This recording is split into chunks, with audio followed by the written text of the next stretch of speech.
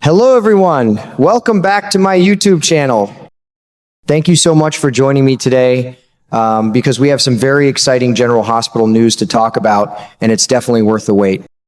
You know, I was settled in my old recliner last night with a fresh cup of coffee, ready for my usual dose of General Hospital, and let me tell you, this week's episode really pulled me in deep right from the start. I watched young Rocco Falconeri making that video call to Charlotte, and the boy looked downright scared, like something was chasing him. My heart just went out to him immediately. There was Charlotte, sitting at home with Danny Morgan right by her side, staring at her phone with the most worried look I've seen in a long time. Her eyes were full of fear, and you could tell her mind was racing a mile a minute.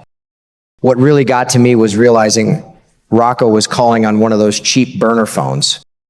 After he ran off with Britt Westbourne, and she smashed both their regular phones under her car tires, they had no other choice. But even so, I sat there shaking my head thinking, kid, I sure hope that's enough to keep you hidden. Charlotte knows better than most how these things work. She spent nearly her whole young life running and hiding alongside her father, Valentine. She understands what it feels like to always be looking over your shoulder, never feeling truly safe. Rocco, on the other hand, he's never had to live like that. He's just a regular boy who's grown up surrounded by family in Port Charles. He doesn't know the fear of having to disappear. That's why seeing him so panicked on that call hit me hard. I kept thinking about how different their lives have been. Charlotte has had to grow up way too fast, learning lessons about danger and survival that no child should ever have to learn. And now here she is, worrying about her brother, stepping into that same scary world. I couldn't help but feel for both of them as I watched. Charlotte wasn't just upset because Rocco had run away with Britt. No, it was deeper than that. She knows the risks. She knows that even a burner phone might not be safe if the wrong people are looking for you. The way she looked at that screen, with Danny sitting quietly beside her, it was like she was carrying the weight of the world on her shoulders. It reminded me of that old American saying, blood is thicker than water.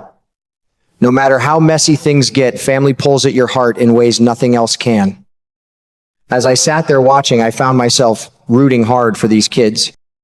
Life on General Hospital has always been full of twists and surprises, but moments like this, when you see the younger generation facing real danger, they stick with you. It makes me think about my own life, how I've watched my kids and grandkids grow up, hoping they never have to face the kind of fear Charlotte has known so well. I sure hope Rocco stays safe out there with Britt, and I hope Charlotte finds some peace in her heart soon. These storylines always keep me coming back, because deep down, it's all about love, family, and trying to protect the ones you care about most. I'll definitely be tuning in next week to see what happens. This one's got me hooked good and proper. You know, after watching that video call between Rocco and Charlotte, I just couldn't stop thinking about how risky the whole situation really was. That boy might be leaving a trail without even knowing it, and it worried me more than I can say. Those burner phones they're using might feel safe to a kid like Rocco, but Charlotte understands the truth. She knows those cheap phones can still be tracked using triangulation. The signal bounces off towers, and they can pin you down to a pretty small area if someone's determined enough. And if the WSB is mixed up in this, Lord, they've got ways that go way beyond simple tracking. They can do so much more, and that thought kept running through my mind the whole time. Charlotte has seen enough danger in her young life to know the rules of staying hidden. She learned them the hard way running with her father Valentine for so many years. One of the biggest rules is you never ever make a call from the place where you're actually hiding. You don't stay put in one spot too long either. You keep moving, and if you have to call, you do it from somewhere else completely. So when she was looking at that phone screen with Danny sitting right beside her, I could see it in her eyes. She was wondering if her brother was making a mistake that could bring trouble straight to them. Is Rocco leaving some kind of trail behind? That question was written all over her face. What really tugged at my heart was realizing that Britt Westbourne probably had no idea Rocco was making that call. If she knew, I'm sure she would have shut it down right away. When you're on the run like that, you don't use the phone to call back home and check in with family. Those phones are only meant for talking to the people you're escaping with. That's the whole point of disappearing, to stay away from the dangerous folks chasing you. In this case, it's Ross Cullum and that Jen Sidwell character. Those names alone give me the chills. They're not the kind of men you want catching your scent. I sat there in my chair, coffee going cold, just feeling for both those kids. Rocco's still so young and green about the world. He's never had to live looking over his shoulder the way Charlotte has. She grew up learning how to survive in the shadows, while he's only known the safety of Port Charles and family around him. That's why this whole thing feels so unfair. Charlotte's carrying this heavy fear now, not just because her brother ran off, but because she knows one wrong move, like using that phone from the wrong place, could bring Cullum or Sidwell right to their doorstep. It reminds me of the old saying my grandpa used to tell me, you don't poke the bear unless you're ready to run faster than it can chase. These kids are poking something dangerous, and I sure hope they're ready. I kept thinking how much I wanted to reach through the screen and tell Rocco to listen to his sister. She's been through the fire already. She knows how these games are played. But he's just a boy trying to be brave, and sometimes bravery without wisdom can lead you straight into trouble. Still, that's what keeps me coming back to General Hospital day after day. These storylines dig deep into family, fear, and trying to protect the ones you love. I feel for Charlotte so much. She deserves some peace after everything she's been through. And little Rocco, I just pray he stays safe out there with Britt and doesn't leave any more breadcrumbs for the wrong people to follow. I'll be watching closely to see how this all unfolds. My heart's with these young ones, that's for sure. You know, the more I think about that whole situation, the more it worries me.